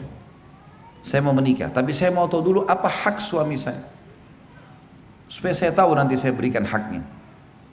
Kata Nabi SAW, kalau dada suamimu luka dan bernanah, lalu kamu bersihkan dengan lidahmu, bukan dengan kain, maka kau masih belum bisa memberikan haknya. Aisyah mengatakan radhiyallahu anha, hai para wanita, kalau kalian tahu hak-hak suami kalian dari Allah, maka kalian akan mengambil debu kaki mereka diletakkan di pipi kalian. Karena suami orang asing, bukan ayah kita, bukan kakak kita, tiba-tiba semua makanan, pakaian, tempat tinggal harus dipenuhi sama dia. Kadang-kadang bahkan ada, mohon maaf saya bahasakan ibu-ibu sekalian, ada istri yang tidak santun. Udah minta uang bulanan, marah-marah lagi. Hasil keringatnya orang diminta, marah-marah. Gimana? Tapi karunia Allah, Allah berikan kedewasaan dalam hati manusia. Laki-laki kadang-kadang walaupun suami istrinya begini, ya sudahlah, dikasih. Kadang-kadang minta maaf ya, telat. Padahal sebenarnya hasil keringatnya. Ya. Kalau mau dipikir siapa orang ini, enak bener. Saya yang banting tulang setengah mati. Kadang-kadang dihukum kalau telat. Ya. Harus nagih utang sana sini, tapi akhirnya dia yang habisin. Kasih makannya, minumnya, pakaiannya. Makanya haknya sangat luar biasa istri itu, suami itu. Harus diberikan di sini. Yang kedua, tadi itu mentaati pada hal yang ma'ruf. Memelihara diri dan menjaga kehormatannya. Menjaga harta dan anak-anaknya serta urusan rumahnya. Yang dimaksud dengan menjaga harga diri adalah tidak interaksi sama lawan jenis. Ya. Sudah cukup, tidak ada poliandri dalam Islam. Perempuan tidak boleh punya dua suami, satu suami. Tidak ada poliandri. Poligami bagi laki-laki ada. Tapi poliandri tidak ada. Maka sudah ada suami, selesai. Nggak ada lagi laki-laki lain, sudah selesai. Lampiaskan di situ perintah-perintah agama, ya, semua yang dibutuhkan dari lawan jenis sudah selesai. Sampai meninggal, insya Allah masuk surga. Kemudian yang dimaksud dengan menjaga harta dan anak-anak adalah titipan suami. Makanya saya pernah bilang kalau dalam bab nafkah, misal ibu dikasih ini nafkah ya 10 juta. Kemudian ternyata pengeluaran kita tiap bulan 8 juta. 2 juta ini harus dilaporin ke suami. Ini ada lebih 2 juta ya. Bagaimana? Kalau kita dengan santun baik kan misalnya suami bilang sudah nggak apa-apa buat tabungan kamu misalnya. Sudah jadi halal buat ibu. Itu pun kalau sumbernya dari suami nanti misalnya 2 juta ini tiap bulan ibu tabung. Misal dalam setahun kali 12 kan jadi 24 juta. Terus ibu mau investasikan, ibu bahasakan jangan tidak. Nggak boleh. Saya mau usaha ini ya, pakai uang ini sudah saya tabung sekian. Maka insya Allah jalankan halal. Kecuali memang dasarnya uang itu dasarnya uangnya ibu sendiri. Misal ibu dapat warisan, ibu memang sebelum nikah sudah punya usaha, itu lain. Itu biar ibu keluarkan tanpa sampaikan suami, haknya ibu tuh, haknya ibu. Suami nggak punya hak di situ. Tapi kalau sumber dari dia nggak boleh, harus disampaikan. Menjaga anak-anak juga ini ibu-ibu harus tahu, boleh pakai pembantu, boleh pakai babysitter, tapi tidak boleh membiarkan anak dididik oleh mereka. Banyak anak-anak muslimah akhlaknya seperti akhlak pembantunya. Nah, memang dia tidak pernah urus sama sekali. Bangun tidur, dia tinggal mandi, makan, keluar. Anaknya mana cuma dilihat sebentar. Oh sudah mandi, sudah selesai. Nah, bukan itu. Duduk, ajarin kalimat-kalimat yang baik. Duduk, ya, ajarkan agama. Kalau lagi dimandiin sama pembantu, lihat, datang, benar nggak cara mandinya? Mungkin anak kita masih belum bersih cara mandinya. Mungkin dipaksa, gitu kan? Saya pernah temukan anak saya, setiap kali mau mandi, kayak orang yang ketakutan. Ketakutan luar biasa, kayak orang yang stres, trauma. Sampai saya panggil anak saya panggil anak laki-laki saya panggil, sini nak, coba masuk ke kamar mandi, saya coba mandikan. Alhamdulillah saya mandikan sendiri anak saya, umur 3-4 tahun, ya, sama sekali gak nangis. Tapi saya lihat ternyata dia kayak orang trauma. Jadi selama ini kalau dimandikan oleh teman yang membantu di rumah ini, itu sering dipaksa. Ditutup pintu kamar mandi dipaksa, disiramin langsung. Kadang-kadang tidak nafas. Dia trauma dengan itu. Lihat kalau orang tuanya tidak awasin, saya bilang sama istri saya, lihat tuh. bahayanya kalau kita cuma biarkan saja, gitu kan? Dia mandi sama saya nggak trauma sama sekali. Dan saya lihat sendiri waktu saya mau siram kepalanya kayak orang ketakutan, nggak mau. Saya kasih dia timba, mandi sendiri nak. Lihat nih caranya, mandi. Akhirnya dia bisa. Sekarang alhamdulillah sudah baik. Dan saya dudukin, akhirnya saya bicara baik sama muslimah ini, saudari kita. Hati-hati kalau anak-anak ini, jangan sampai salah pendidikan. Nah ini kebanyakan perempuan yang lupa ya, atau melepaskan begitu saja anaknya. Dia tidak punya keterlibatan di situ. Ini salah juga ya. Karena anak-anak adalah aset amal jariah. Tapi sekali lagi boleh pakai tenaga yang membantu. Serta seluruh urusan rumah di sini, kebersihan, kerapian. Hal ini berdasarkan firman Allah Taala dalam surah An-Nisa ayat 34. A'udzu billahi minasyaitonir rajim. Fas-salihatu qanitatun hafidatun lil ghaibi bima hafidallah. Sebab itu maka wanita yang salihah ialah yang taat kepada Allah, lagi memelihara diri ketika suaminya tidak ada, oleh karena Allah telah memelihara mereka. Perselingkuhan ini bahaya sekali ya, apalagi kalau terjadi dari kaum wanita, gitu kan. Rasulullah SAW juga bersabda dalam hadis yang sahih diriwayatkan Bukhari nomor 893, Imam Muslim 1829, wal mar'atu ra'iyatun ala baiti zawjiha wa waladihi. Dan wanita adalah pemimpin di rumah suaminya, maksudnya bertanggung jawab terhadap rumah suaminya dan anak-anaknya. Juga sabda Nabi SAW di dalam hadis yang diriwayatkan Tirmidzi nomor 1163, fahakkuhum alaihinna alla yuti'na furushakum man takrahuna wa la ya'dhanna fi buyutikum liman takrahun. Maka hak kalian terhadap para istri kalian adalah agar tidak mengizinkan orang yang tidak kalian sukai meniduri tempat tidur kalian, dan tidak mengizinkan orang yang tidak kalian sukai masuk ke dalam rumah kalian. Tentu semua laki-laki yang berusaha berinteraksi sama istri kita yang bukan mahram, tentu kita tidak senang. Otomatis seperti itu, larangan mutlak ya. Karena bagaimana seorang istri, ranjangnya suami yang beli, lemarinya, listrik rumahnya suaminya yang bayar, lalu dia masukkan laki-laki lain di situ. Dari mana adab dan tata keramanya ini? Tidak mungkin ya. Haram dalam Islam itu. Ataupun dia berselingkuh di luar, nggak mungkin ya. Dan ini was-was syaitan, kadang-kadang membuat sebagian wanita dikuasai syaitan, padahal sebenarnya suaminya sudah bisa penuhi dia. Sama halnya kalau suami punya kekurangan dalam masalah biologis, misalnya ejakulasi dini dalam masalah biologis, kita bisa terapi kok itu, kita bisa bantu suami, kita bisa membantunya gitu kan, supaya pikiran dia tidak berfokus ke situ. Dan itu bisa saja kita lakukan ya. Itu ada untuk tata cara sendiri dan bisa konsultasi sama teman-teman medis dalam masalah ini. Yang ketiga, tetap tinggal di rumah suaminya sehingga tidak keluar ke rumah kecuali dengan izin dan kerelaannya, yang disertai dengan menundukkan pandangan, merendahkan suara, menahan diri dari berbuat buruk, memelihara lisan dari perkataan kotor dan jorok, serta senantiasa memperlakukan kerabat suami dengan baik sebagaimana sikap suami terhadap mereka. Karena tidaklah seorang istri dianggap telah berbuat baik terhadap suaminya jika ia berbuat buruk terhadap orang tua dan kerabat suaminya. Allah berfirman di dalam surah Al-Ahzab ayat 33, A'udzu billahi minasyaitonir rajim, wa qarna fi buyutikunna wa la tabarrujna tabarrujal jahiliyatil ula. Al-ayah. Dan hendaklah kamu para wanita tetap di rumah kalian atau di rumahmu, dan janganlah kamu berhias dan bertingkah laku seperti orang jahiliyah dahulu. Orang jahiliyah itu di Mekah, kalau mereka di rumah, mereka bajunya berantakan. Kalau mereka keluar rumah, dandanannya luar biasa. Ini dianggap dengan tradisi jahiliyah. Kalau kita balik sekarang, di rumah justru silakan menor, silakan indah, silakan cantik, silakan rapi. Di luar malah harusnya biasa-biasa, jangan jadi fitnah buat orang. Ini perintah Allah dalam surah Al-Ahzab. Dalam surah Al-Ahzab juga ayat 32 Allah berfirman, A'udzu billahi minasyaitonir rajim, fala takhda'na bil qawli fayatma'a alladhi fi qalbihi marad. Al-ayah. Dan jangan juga kamu tunduk dalam berbicara sehingga berkeinginanlah. Sebenarnya bukan tunduk ini, takhda'na bil qaul artinya perkataan yang suaranya sengaja dimanja-manjakan ya. Ini yang dilarang dalam Al-Quran. Jadi kalau bicara ada penting, misalnya lagi belanja di pasar atau segala macam, saya mau beli ini pak, saya mau beli ini, to the point gitu ya. Gak usah muter-muter, ayamnya ini beli di mana pak ya, ini kapan disembelih gitu kan, berapa ekor bapak jual sehari, untuk apa ya? Untuk apa banyak bertanya ini, apalagi kalau menggunakan kata-kata yang tidak benar ya, kata-kata yang bisa mengundang syahwat. Maka janganlah kamu tunduk dalam berbicara sehingga keinginan orang yang ada penyakit dalam hatinya mengganggu kalian. Jadi nggak boleh sampai bermanja-manja akhirnya laki-laki ingin mengganggunya. Kemudian dalam surah An-Nisa 148 juga berbunyi, A'udzu billahi minasyaitonir rajim, la yuhibbullahu al-jahra bis-su'i minal qawli illa man zulim. Al-ayah. Allah tidak menyukai ucapan buruk yang diucapkan dengan terus terang kecuali oleh orang yang dianiaya.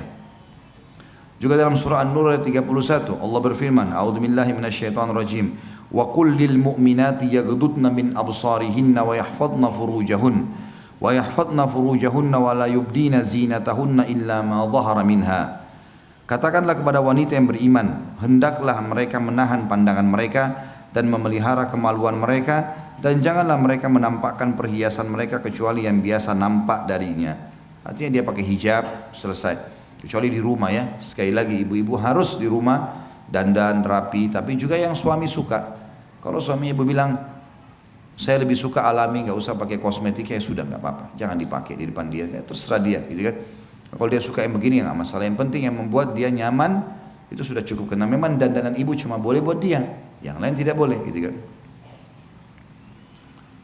Kemudian Nabi SAW bersabda, khairun nisa'i allati idza nadarta ilaiha sarratka wa idza amartaha ata'atka wa idza ghibta anha hafidhatka fi nafsiha wa malik. Hadis ini hadis sahih riwayat Tabarani. Sebaik-baik wanita atau istri adalah yang apabila engkau memandangnya maka ia membuatmu merasa senang. Tatapan matanya syahdu, lisannya santun, ya, rambutnya rapi, badannya wangi, itu semua yang dimaksud di sini. Sebaik-baik istri dalam riwayatnya dikatakan wanita ahli surga. Yang kalau kau memandang kepadanya maka membuatmu merasa senang. Jadi ibu-ibu kalau dilihat sering ngomong dan suaminya tidak lihat ke dia maka muhasabah. Ya. Mungkin memang dia pakai baju warna yang suaminya tidak suka gitu. Ya. Saya tahu pernah ada keluhan yang sampai kepada saya dari beberapa ikhwah, dia nggak suka dengan warna itu tapi istrinya suka pakai. Emang dia tidak suka, secara alami dia nggak suka memandang itu, tapi suka dipakai terus gitu. Maka jangan, hindari. Pakai sesuatu yang memang dia suka gitu ya. Apabila kau menyuruhnya maka ia akan mematuhimu, tentu pada hal-hal yang ma'ruf. Temani saya ya, buatin saya makan, iya semuanya ya. Dan apabila engkau tidak berada di sampingnya lagi safar, maka ia memelihara hakmu pada dirinya dan hartanya, dia tidak selingkuh. Juga sabda Nabi SAW dalam hadis yang lain, hadis riwayat Muslim nomor 442 dan Imam Ahmad 4641. Kalau perempuan itu boleh keluar, tapi keluarnya tidak boleh dandan-dandan, tidak boleh jadi fitnah bagi orang lain. Sebagaimana sabda Nabi SAW, la tamnau ima Allahi masajid Allah. Janganlah kalian wahai para suami melarang hamba-hamba Allah yang perempuan untuk mendatangi masjid-masjid Allah. Artinya mereka boleh keluar, tapi pada hal-hal yang ma'ruf ya, seperti ke majlis taklim begini, atau ke masjid lagi mau sholat tarawih misalnya di Ramadan nanti, atau apalah ya, yang kira-kira positif dia mesti silaturahim keluarganya, jangan dilarang, gak ada masalah. Tapi kita memberikan kaidah-kaidah syar'i ya. Jadi tidak boleh keluar dengan fitnah yang luar biasa ya. Ada perempuan kalau keluar luar biasa, semua mata memandang ke dia, sehingga hanya mengganggu permasalahan kehidupan tatanan sosial pun terganggu dengan dia ya. Apalagi kalau dia memang dasarnya supel sekali, ini bahaya. Ada perempuan juga terlalu super, semuanya orang diajak ngomong, tidak ada masalah gitu kan. Jadi kita perlu tegur, jadi gini, ibu-ibu harus tahu ya, perempuan itu makin jarang bicara dan makin menata ya, perlu dia sampaikan, maka makin dihormati oleh laki-laki itu. Tapi kalau perempuan itu semuanya gampangan, gitu kan, maka oleh laki-laki dianggap remeh. Kalau ada perempuan belum nikah, suaminya tahu, calon suaminya tahu kalau dia ini orangnya bijak, ngomong kapan perlu ya, dia jaga wibawahnya. Kecuali kalau sudah nikah lain, maka pasti akan dihormati. Dan beda perempuan yang murahan segala macam bisa disentuh, diajak ngomong, omongannya juga murah sekali. Semuanya gembar sana sini, sama ini bilang iya, sama sana bilang iya. Ini jadi masalah buat dia. Sampai Nabi SAW melarang mengkhidbah wanita yang sudah dikhidbah oleh laki-laki lain. Khidbah itu baru diminta. Baru saya mau menikah sama anda, datang ke walinya, saya mau nikah sama anak anda, baik kami minta waktu, itu khidbah namanya. Selama belum dikasih jawaban iya atau enggak, maka berarti masa khidbah, enggak boleh ada laki-laki lain. Sampai begitu Islam menata. Karena perempuan tidak boleh sembarangan mengombar-gombir janji dia, bicara dia, memang harus jaga itu. Juga dalam hadis Nabi SAW yang lain tentang bolehnya wanita keluar tapi dengan izin suaminya adalah hadis diriwayatkan Bukhari nomor 5338 dan Imam Muslim nomor 442. Wa idza sta'dzanatil mar'atu ahadikum ilal masjidi fala yamna'ha. Jika istri salah seorang kalian meminta izin untuk ke masjid, maka janganlah ia melarangnya.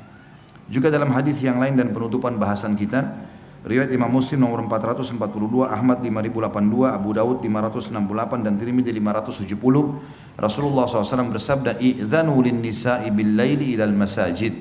Izinkanlah para wanita pergi ke masjid walaupun itu di malam hari. Jadi dibolehkan, kalau selama ke masjid berarti baik. Sebagian ulama hadis mengatakan dimaksud dengan masjid adalah masjid secara umum. Memang dia mau datang untuk aktivitas masjid ya, pengajian, sholat, tidak ada masalah.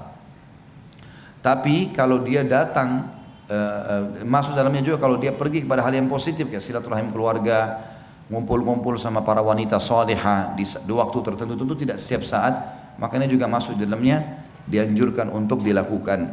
Ya, Allahu a'lam. Sampai sini bahasan kita, silakan kalau ada yang mau bertanya dan tentu sesuai dengan tema.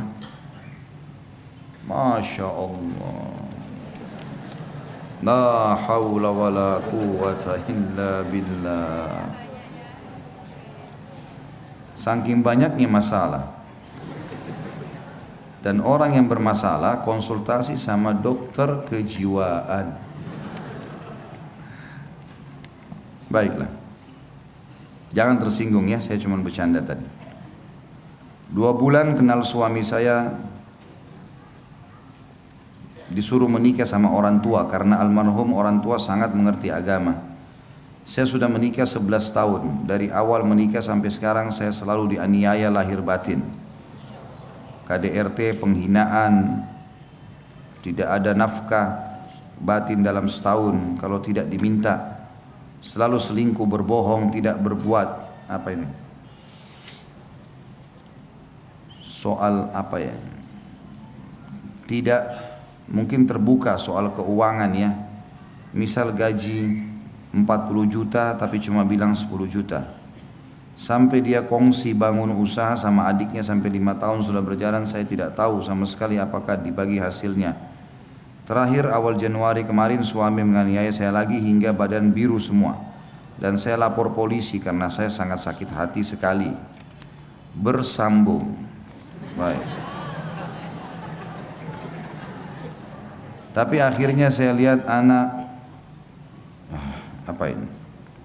Akhirnya saya lihat anak lagi dan cabut lagi LP yang udah 3 kali ini. Karena kasihan sama anak, tapi dia juga nggak berubah. Terakhir apa ini? Dia mengatakan dengan lisannya yang tegas, gue ceraikan lu sekarang juga. Saya bilang ya apa-apa kalau memang cerai, asal urusin cerainya sampai selesai dan beri hak-hak saya atau aku dan anak-anak sesuai dengan hukum agama. Tapi sampai sekarang dia tidak mengurus surat cerainya dan saya masih di rumah. Juga apa ini? Panjang sekali, Masya Allah. Walaupun dia sering mengusir saya keluar dari rumah, setiap dia marah hanya karena masalah sepele. Apa yang saya harus lakukan, Ustaz? Sama sekali apa ini? Merasa tidak pernah mendapatkan kasih sayang suami. Pertama sekali tentu kalau posisi saya sedang ditanya, saya akan jawab sesuai dengan pertanyaan. Ibu kalau ada di sini yang direkayasa, berdosa, jangan tunggangi fatwa. Itu dulu yang pertama. Yang kedua, setiap orang yang sedang ditanya hukum agama dan dia tahu, maka Rasulullah SAW sudah pesankan, kalau datang kepadamu seseorang yang matanya satu kecabut, jangan kamu terima sampai kamu sudah lihat rivalnya, lawannya. Mungkin dua-dua matanya sudah tercabut ya. Jadi saya tidak tahu, suaminya ibu ini saya tidak tahu, tentunya ibu yang berkeluh kesah. Kalau betul semua apa yang dibahasakan ini, maka tentu suami berdosa besar. Tidak memenuhi biologis, sering berdusta, dan segala macam hal yang dibahasakan tadi ini luar biasa. Dan bertahannya ibu dalam rumah tangga adalah ibadah. Ibu sekarang sedang panen pahala dalam masalah ini. Tapi perlu diberikan masukan-masukan, ya, perlu didoakan. Ya.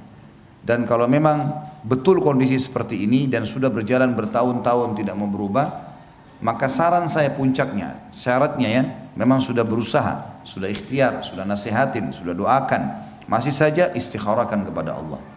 Salat 2 rakaat minta petunjuk sama Allah. Saran saya baca buku doa yang ada doa istikharahnya. Setelah salam kalau tidak hafal boleh pegang bukunya, baca. Di antaranya kan, ya Allah kalau seandainya perkara rumah tangga ini baik buat diriku, agamaku, ya kehidupan akhiratku dan kehidupan duniaku dan kehidupan akhiratku, maka berkahilah, mudahkanlah gitu kan, dan catatkan sebagai takdirku. Dan kalau seandainya perkara mempertahankan rumah tangga ini buruk buatku, agamaku, urusan duniaku dan urusan akhiratku, maka pisahkanlah ya. Pisahkanlah dan tunjukkanlah kebaikan dimanapun itu teradakan atau terarahkan. Saran saya seperti itu. Allah alam. Jadi ibu istikharah kepada Allah SWT kalau betul-betul sudah ikhtiar ya, istikharah kepada Allah, minta kepada Allah petunjuk. Kalau memang Allah mudahkan dia akhirnya ajukan perceraian, berarti itu yang terbaik.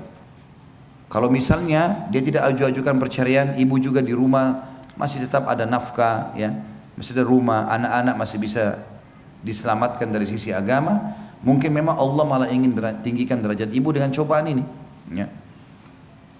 Tapi kesimpulan dari semua yang pernah ditanyakan ini teman-teman sekalian, memang wasiat agama penting, luar biasa itu.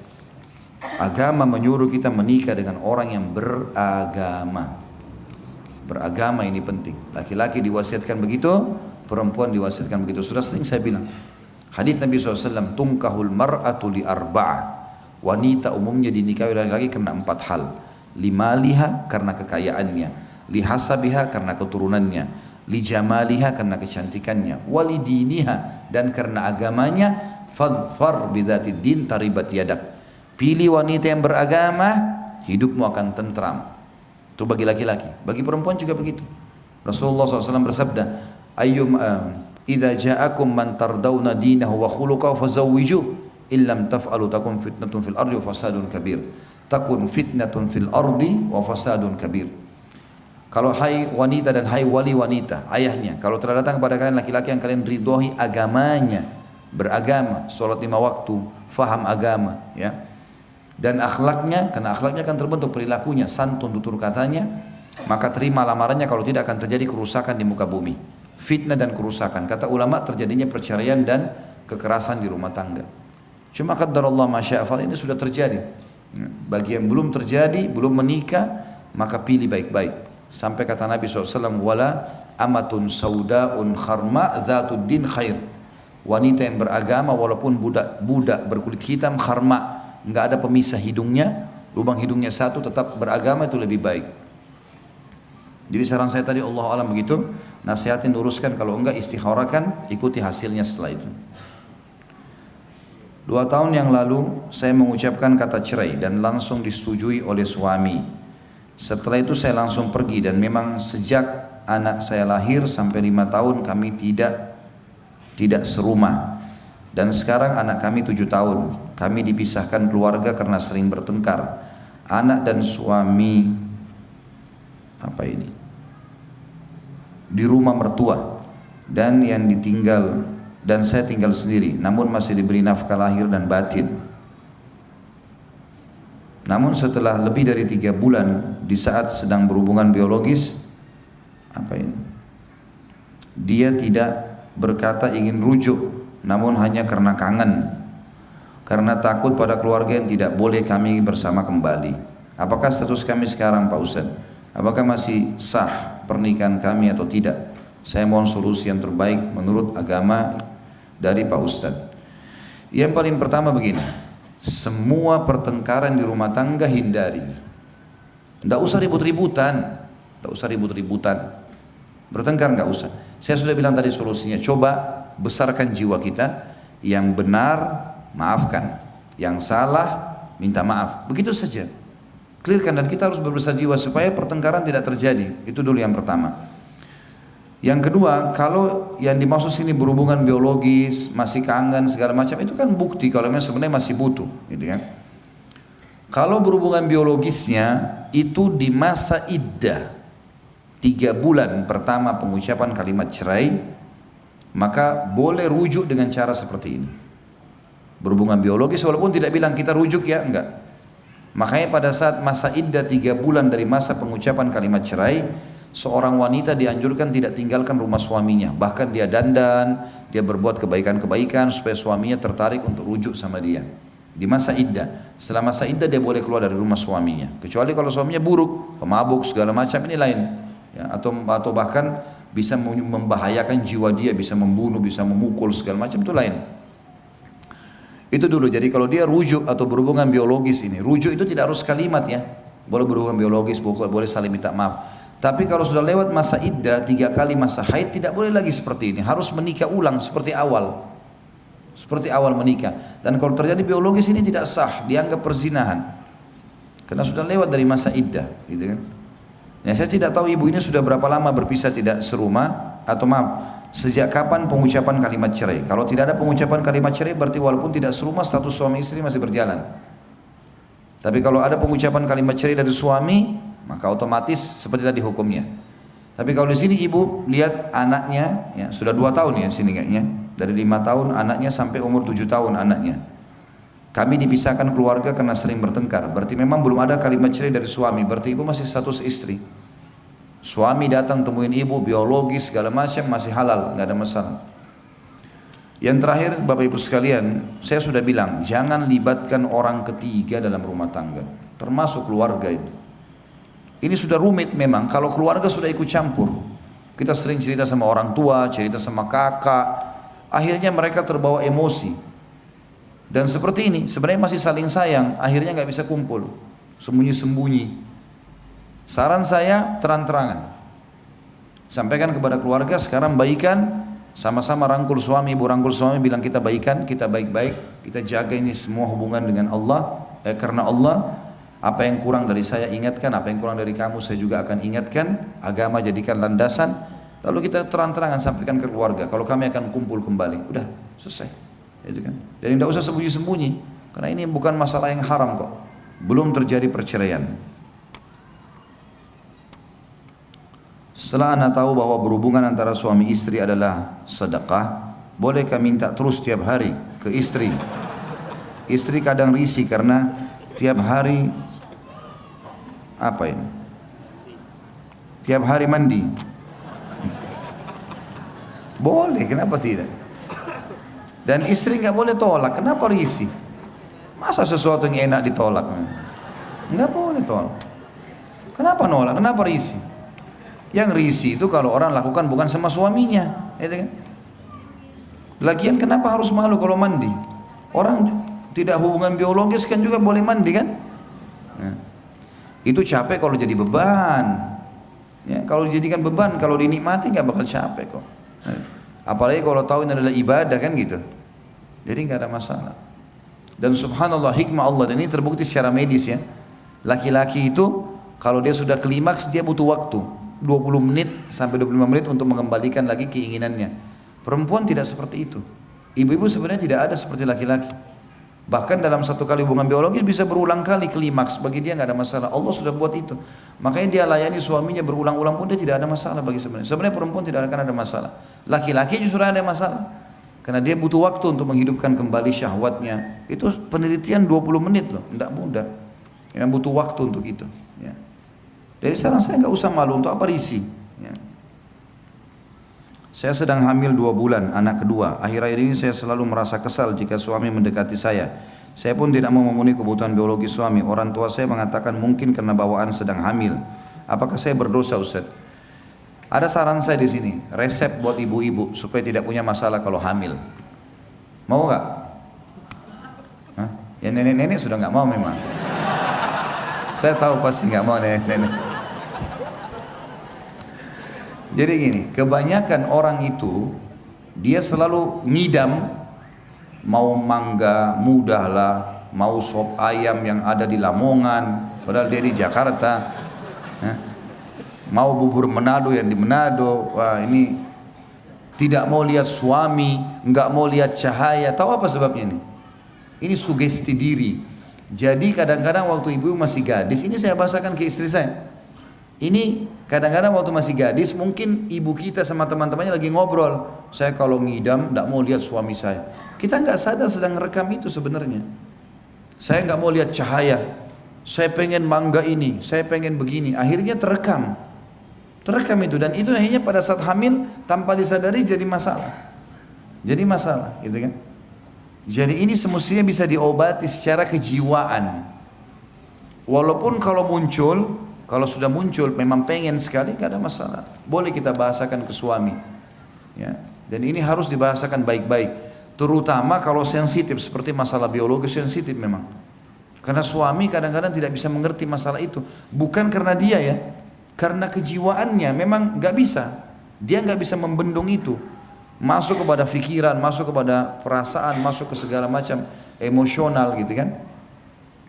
Saran saya yang pertama, ibu tentunya konsultasikan kepada teman-teman medis. Mungkin ada obat-obat yang bisa dikonsumsi, anti mual atau apalah yang bisa membuat kita akhirnya hilang dari perasaan-perasaan ini. Yang lain adalah yang kedua, saran saya tadi, sugesti. Coba sekarang bilang dalam diri ibu sendiri, saya nggak masalah. Saya kalau ada makanan saya makan nggak masalah. Saya suka dekat dengan suami saya. Jadi harus bahasanya seperti itu. Sehingga dalam jiwa kita, di mindset kita yang sudah terekam tidak benar ini dulu bisa tergantikan dengan yang baik gitu ya. Ini poin ya, yang mungkin Allah alam yang saya bisa kasih masukan. Kalau misal pun ibu datang perasaan, dan banyak isti'adzah kepada Allah ya, karena tidak melayani suami ini dari syaitan biasanya. Kalau misalnya sudah konsultasi sama medis tadi poin pertama, ternyata memang ada hormon tertentu yang ibu miliki, mungkin tidak umumnya pada wanita, dan itu memang membuat perasaan tidak mau berhubungan biologis. Tentu pada saat konsultasi sama dokter, ajak suami. Jadi ibu tenang, suami juga tenang. Memang ibu istri, misalnya dokter bilang memang istrinya bapak ini begini keadaannya, mungkin bisa dimengerti. Insya Allah kan dengan konsultasi sama dokter dia bisa paham. Atau mungkin ibu yang dibahasakan, indah bu, ini cuma sugesti ibu, nggak apa-apa, ibu biologis nggak apa-apa. Kita tahu wanita hamil nggak ada masalah dengan biologis. Itu cuma keyakinan orang Yahudi ya.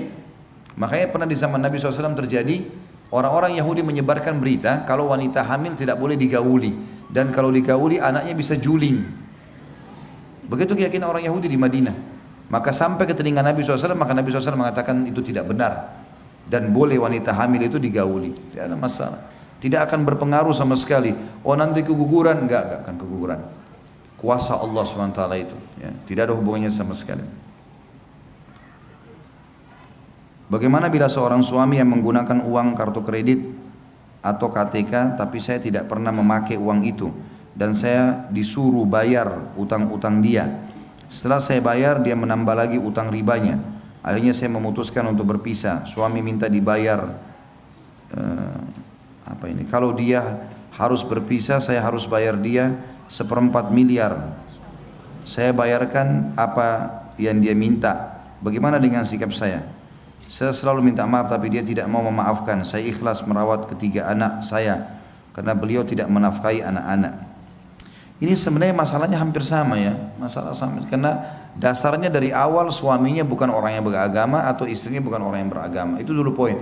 Makanya saya selalu wasiatkan, dan ini kalau bapak ibu sudah alamin, jangan kasih anak-anak lagi mengalami hal yang sama, kesian. Jadi mereka harus dapat pasangan yang beragama.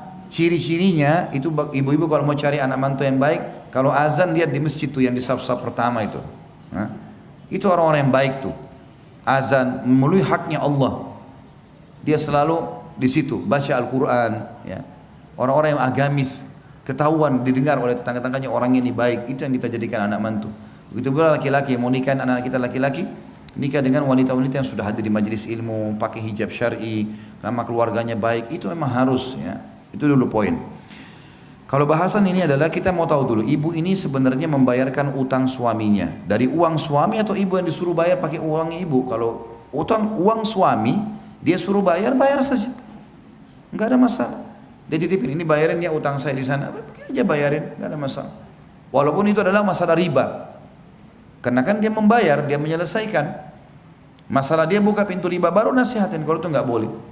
Ya, tidak boleh, sampaikan, kirimkan kepada dia ceramah-ceramah tentang masalah riba, kumpulkan artikel-artikel yang jelas, letakkan di meja kerjanya, biar dia ini ya, maaf ya, saya bukan menyinggung, tapi coba baca, siapa tahu bisa menambah wacana. Saya bukan menggurui ya, insya Allah kalau santun suami bisa terima kok.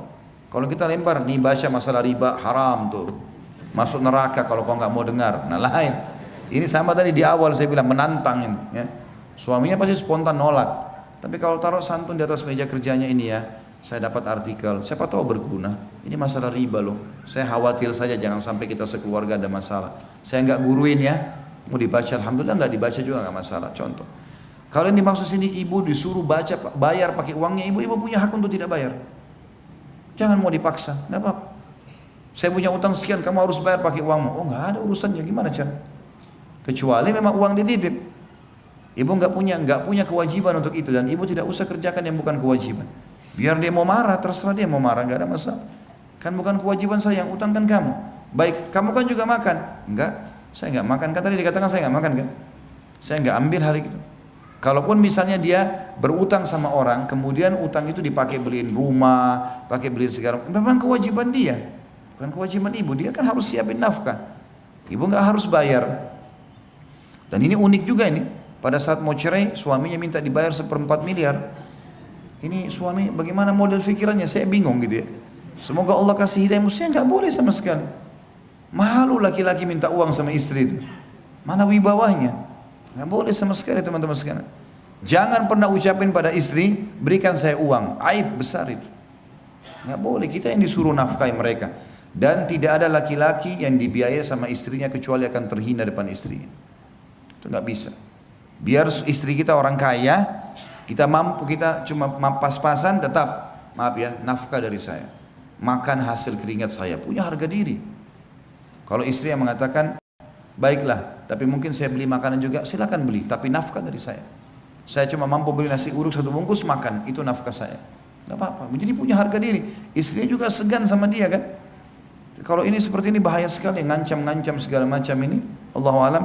Dan ini saran saya adalah sama tadi ya, poin yang pertama, kalau itu uang dari suami, bayarkan utangnya. Kalau itu uang ibu disuruh bayar utang dia, jangan bayar. Itu haknya ibu. Itu yang pertama. Yang kedua, kalau kasus sudah seperti ini, apalagi sudah bicara masalah pisah, maka selalu saya katakan istikharah lah. Salat 2 rakaat, minta petunjuk kepada Allah Subhanahu Wa Taala agar Allah berikan jawaban. Ini dipertahankan atau tidak? Kalau yang lain sudah nggak ada lagi jawabannya. Banyak sekali, masya Allah ini. Bolehkah membaca atau membuka HP suami tanpa seizinnya? Tidak boleh. Jangan ambil tugasnya malaikat. Untuk apa? Hah? Pusing-pusingin diri untuk apa ibu-ibu? Tidak usah. Tidak perlu penasaran. Tidak perlu. Dalam Islam tidak ada kata-kata penasaran. Tidak perlu. Kalau kemungkaran kelihatan depan mata, kita lihat dia jalan sama perempuan bukan mahramnya, nah itu kita wajib ingkar mungkar. Kalau nggak kelihatan, bukan urusan kita, jangan korek ini. Sibukkan diri dengan ibadah, tidak ada waktu Bapak Ibu sekalian. Ada waktu kita ini untuk ngurus. Bayangkan tersitanya waktu kita kalau kita sibuk mengetahui apa yang pasangan kita lakukan 24 jam. Nggak ada yang kita bisa lakukan, tidak ada produktivitas yang bisa kita lakukan. Nggak ada sesuatu yang kita bisa buat. Saya kalau mau tahu istri saya buat apa 24 jam, saya nggak akan bisa ngajar. Karena saya kan sibuk, WA-nya dikirim ke siapa, dia ngomong sama siapa, ini nggak ada. Allah yang ciptakan, dia mengawasi. Saya bilang sama istri saya nggak periksa HP kamu ya. Allah ada, hati-hati. Sebagaimana saya tidak mau juga HP saya diperiksa. Kita saling percaya, selesai. Kalau kelihatan kemungkaran depan mata baru kita luruskan, kalau enggak. Saya nggak mau pusing, dan ibu bapak sekalian juga jangan pusing, nggak usah. Ada malaikat tidak pernah tidur 24 jam. Catat kebaikan, catat keburukan. Yang di langit hukum, bukan kita. Nggak usah sibukkan diri dengan itu. Dan ingat, kalau kita baik, Allah juga buat pasangan kita baik. Kalau kita buruk, Allah buat pasangan kita buruk. Kan sabda Nabi SAW jelas. Kata Nabi SAW, kalau berbaktilah pada kedua orang tua kalian, Allah akan karuniakan kalian anak-anak yang berbakti dengan kalian. Jaga kehormatan, kesucian, kemaluan kalian. Jangan selingkuh. Allah akan jaga juga kesucian pasangan kalian. Allah jaga dengan hikmahnya. Maka kita harus muhasabah mulai dari kita. Sama dengan kasus pemimpin yang zalim dalam bahasan kepemimpinan kan gitu. Kalau kita masyarakat baik, Allah kasih pemimpin yang baik. Tolak ukurnya itu kata ulama. Kalau pemimpinnya buruk berarti ada masalah dengan kita sebagai masyarakat. Kita yang jadi masalah. Muhasabahnya di situ. Kita muhasabah diri kita sendiri. Allahu alam. Jadi saran saya nggak usah bu. Ya. Mau kata penasaran kah, mau cari tahu kah, nggak usah. Kalau depan mata kita begitu. Sama juga saya sarankan ibu-ibu kalau mau tenang hidup, nggak usah kalau suaminya datang nggak cerita apa-apa, nggak usah bilang kok kamu nggak cerita apa-apa, ada apa sih? Nggak perlu. Dia cerita kita dengar, nggak cerita ya sudah. Banyak kegiatan yang lain kan, bisa baca buku, bisa segala macam. Kita ceritakan ke dia, anak-anak begini, tadi ada tamu, tadi ada begini. Nah, sebatas itu. Maka hidup akan tenang. Memang yang merumitkan masalah kehidupan kita ini karena begitu, terlalu banyak mencampuri hal-hal yang berhubungan dengan pasangan yang memang tidak ada hubungannya sama kita sama sekali. Allahu a'lam bishawab. Sampai sini saya Bapak Ibu sekalian karena sudah jam 11 lewat dan saya harus mengantar ayah saya ke bandara. Beliau lagi datang kebetulan dari Makassar. Dan sebelum saya tutup juga, tentu saya harap teman-teman jangan terlalu mudah menyebarkan informasi kalau belum memastikan ya. Kemarin saya ditanya sama teman-teman tim, Ustadz memang ibunya Ustadz meninggal, gitu kan? Ada banyak tersebar di WA, ibunya Ustadz Khalid Basalamah meninggal. Ibu saya meninggal tahun 1979. Saya masih 4 tahun. Sudah lama meninggal. Saya bilang sama teman-teman tim, kok ibu saya sudah meninggal lama baru sekarang mau ditahu ya? Ayah saya alhamdulillah menikah lagi, ada pasangan beliau dan ibu saya anggap ibu saya dan ada beliau di Jakarta dan akan berangkat hari ini ke Makassar. Jadi nggak ada. Tapi sudah diekspos di mana-mana. Ini harus hati-hati terima berita seperti ini, gitu kan? Sama juga informasi saya akan menemani ayah saya ke bandara, bukan saya yang ke Makassar ini. Ya. Tadi sudah ada berita begitu, katanya mau ke Makassar gitu. Padahal sebenarnya tidak. Allahu a'lam. Jadi kita harus lebih hati-hati, apalagi sebarin berita sebelum tabayun, tidak boleh. Yang begitu saya Bapak Ibu sekalian, subhanakallahumma bihamdika, asyhadu an la ilaha illa anta astaghfiruka wa atubu ilaik. Wassalamualaikum warahmatullahi wabarakatuh. Akhir seperti tadi ya, sudah ambil belum? Bukunya sudah ambil.